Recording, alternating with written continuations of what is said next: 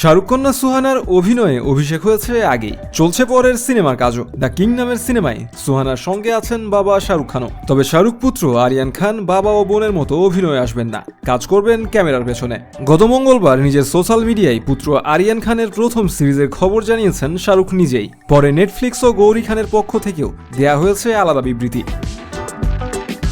নেটফ্লিক্সে মুক্তির অপেক্ষায় থাকা সিরিজটি তৈরি হয়েছে রেড চিলিস এন্টারটেইনমেন্টের প্রযোজনায়। সিরিজের ঘোষণা দিয়ে শাহরুখ লিখেছেন, আজ একটা বিশেষ দিন, কারণ নতুন একটা সিরিজের কথা দর্শকদের জানাতে পারছি। রেড চিলিস এন্টারটেইনমেন্ট ও আরিয়ান খান তাদের নতুন সিরিজের যাত্রা শুরু করছে নেটফ্লিক্সের হাত ধরে। এটা অশান্ত একটা গল্প, বিশৃঙ্খলা, সাহসী দৃশ্য, মজা ও আবেগ সবই আছে।